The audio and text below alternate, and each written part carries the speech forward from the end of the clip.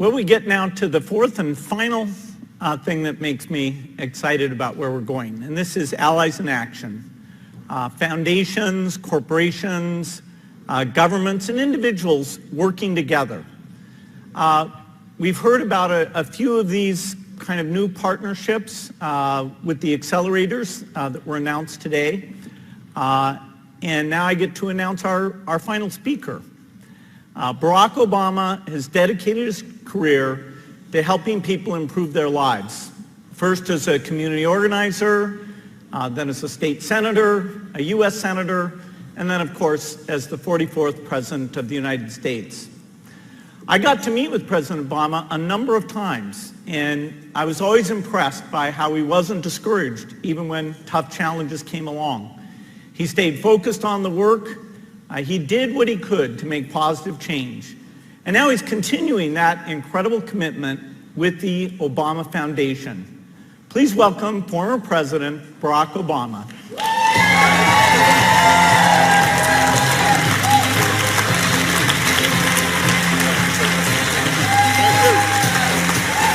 Hello. Thank you. Thank you so much. Thank you. Thank you so much. Well, please, everybody have a seat. Have a seat. We got work to do here. Thank you, Bill, for that introduction. More importantly, thank you and Melinda for your tireless efforts towards making a better world. I've been reading about these goalkeepers. You guys are pretty inspirational. And I am excited to be here with you. And whether it's girls' education or global health or climate change, you're setting a standard for the sorts of innovation and persistence and activism that the world desperately needs right now. So I could not be prouder. And that's really what I'm going to talk about very briefly before I have a chance for a discussion with Bill and Melinda. I want to talk about changing the world. I remember sitting down with Bill in Paris a couple of years ago, where the world was coming together to hammer out an agreement, a small agreement to save the planet by taking meaningful action to tackle climate change. It's a threat that may define the contours of this century more than just about anything else. Here was the interesting thing. Bill saw this not simply as a challenge, but also as an opportunity. And I remember him in sort of a matter-of-fact way saying, well, we're going to just have to go ahead and invent some new technologies. Which I said, I agree, let's do that. Although he knows more than me about inventing new technologies. But his tone was, yes, this is hard, but we can figure it out. It's hard, but it can be done. And that spirit, a spirit that says, to quote, I guess myself, yes, we can, rather than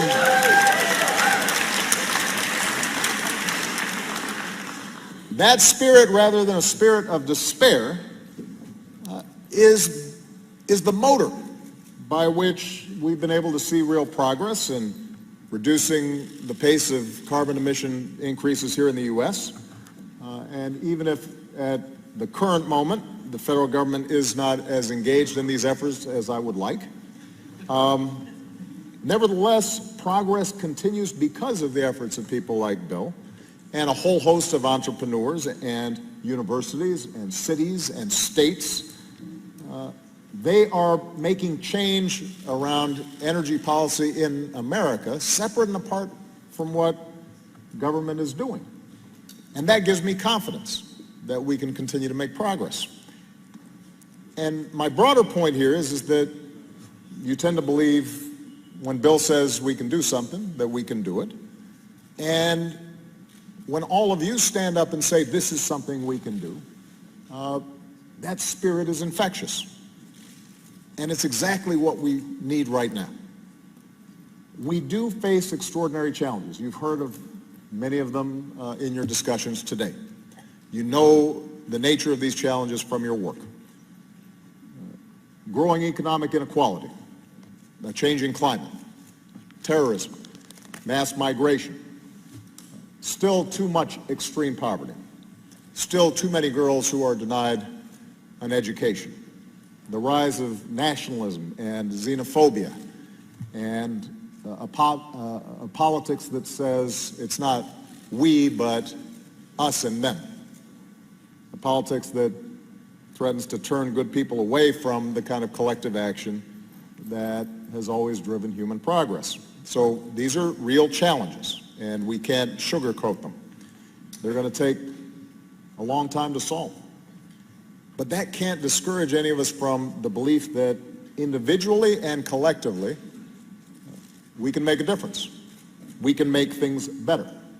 And rather than be daunted by those challenges should inspire us and excite us, because it gives us an opportunity to make our mark on the world in ways that we haven't even yet scratched the surface of. We have to reject the notion that we're suddenly gripped by forces that we cannot control. We've got to embrace the longer and more optimistic view of history and the part that we play in it. And if you are skeptical of such optimism, I will say something that may sound controversial.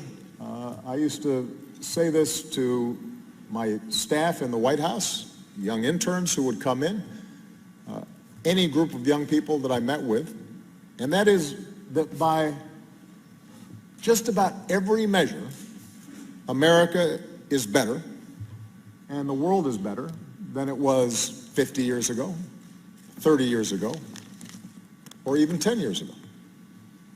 And I know that statement doesn't jibe with the steady stream of bad news and cynicism that we're fed through television and Twitter. But think about it. I was born, I know I have gray hair, but I don't consider myself that old. But I was born at a time when women and people of color were systematically, routinely excluded from enormous portions of American life. Today, women and minorities have risen up the ranks of business and politics and everywhere else. And even if we still have miles to travel and innumerable laws and hearts and minds to change, the shift in what this country is and what it means is astonishing, remarkable, and it's happened when you measure it against the scope of human history in an instant.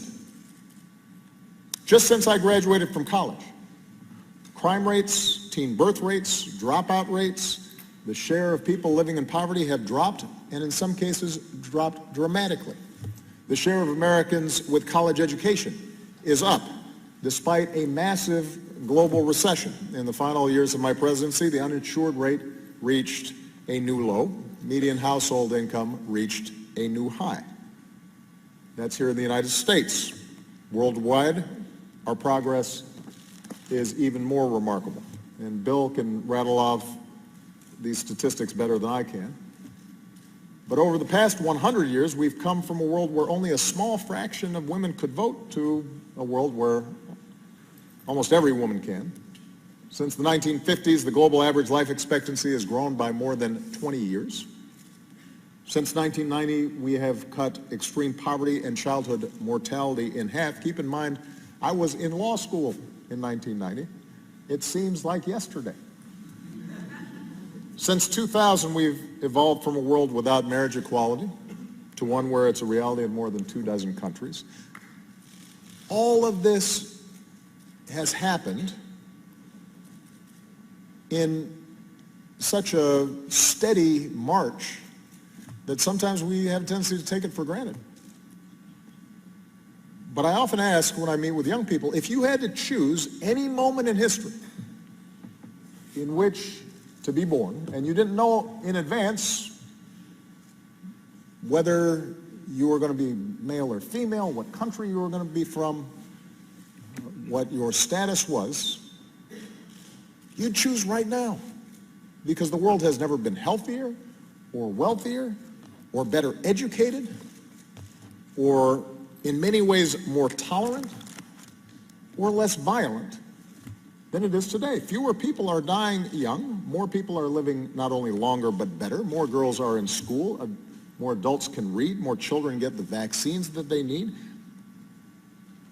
Despite the enormous conflicts that break our hearts around the world, it's demonstrable that fewer people are being killed in wars and conflicts than ever before. This would be the time you'd want to be, showing up on this planet. And these trends are real. They do not make us complacent, but they should spur us to action because it shows, despite the naysayers and the cynicism, that in fact change can happen. They're not the result of mysterious forces of chance. They happen because countless people, like you, toiling for many years, chose to make this progress. Some, like Bill and Melinda, have enormous wealth and influence. Others, like Justin Trudeau, who I know addressed you earlier, have formal political offices. But the majority of people who made these advances were citizens, doctors, nurses, entrepreneurs, clergy, moms, community leaders, activists, union leaders, who mobilized and organized and voted and innovated and pushed for change. And by the way, they knew at every step of the way that they would not get everything they wanted as fast as they wanted. They knew that progress required struggle and perseverance and discipline and faith. They knew that sometimes for every 2 steps forward, you'll take a step back. But they made things better. And this is something I always had to emphasize to my staff when I was president. Better is good. No, you laugh, but sometimes people forget that. I will take better every time. So that's what's needed today. The engagement of everyone who wants to see a better future for our children.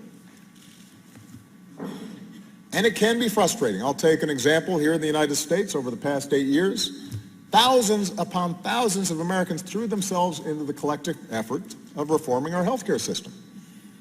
Those of you who live in countries that already have universal health care are trying to figure out what's the controversy here. I am too. These people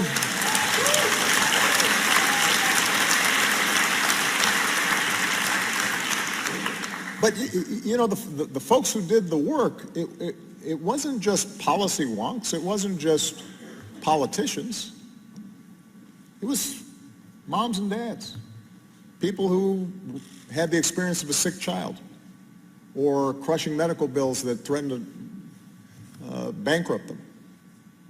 Maybe a parent who was lost to cancer that, had that person got a regular checkup, might have been caught earlier.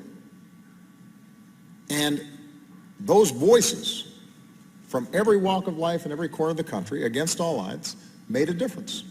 And for the first time, more than 90% of Americans know the security of health insurance. Paying more for insurance or being denied insurance because of a pre-existing condition or because you are a woman, that's not a thing anymore. We got rid of that. And people are alive today because of it, and that's progress. Now, the legislation that we passed was full of things that still need to be fixed. It wasn't perfect, but it was better. And so when I see people trying to undo that hard-won progress for the 50th or 60th time, with bills that would raise costs or reduce coverage, or roll back protections for older Americans or people with pre-existing conditions, the cancer survivor, the expecting mom, or the child with autism or asthma, for whom coverage once again would be almost unattainable, it is aggravating. And all of this being done without any demonstrable economic or actuarial or plain common sense rationale, it frustrates. And it's certainly frustrating to have to mobilize every couple of months to keep our leaders from inflicting real human suffering on our constituents. But, typically that's how progress is won and how progress is maintained on every issue. We have to stand up for each other, recognize that progress is never inevitable, that it often can be fragile, it's in need of constant renewal, and our individual progress and our collective progress depends on our willingness to roll up our sleeves and work. And not be afraid to work. So, in conclusion, each of us can make a difference, and I know I'm preaching to the choir here because otherwise you wouldn't be a goalkeeper. But many of you are young and maybe have only seen forward momentum and may not have seen backward momentum yet. Many of you may confront hurdles and roadblocks and disappointments in the future.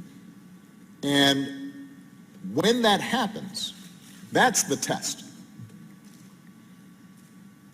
The test is not how do you feel when things are going good or when you are at a cool conference in New York with Bill and Melinda Gates and Will.I.am. Right? The test is when you're in the field and you're on the ground and you are doing work and people are resisting or misunderstanding or purposely undermining efforts that you know can make a difference. And how do you respond to that? And what I'm suggesting here today is that your response has to be to reject cynicism and reject pessimism and push forward with a certain infectious and relentless optimism.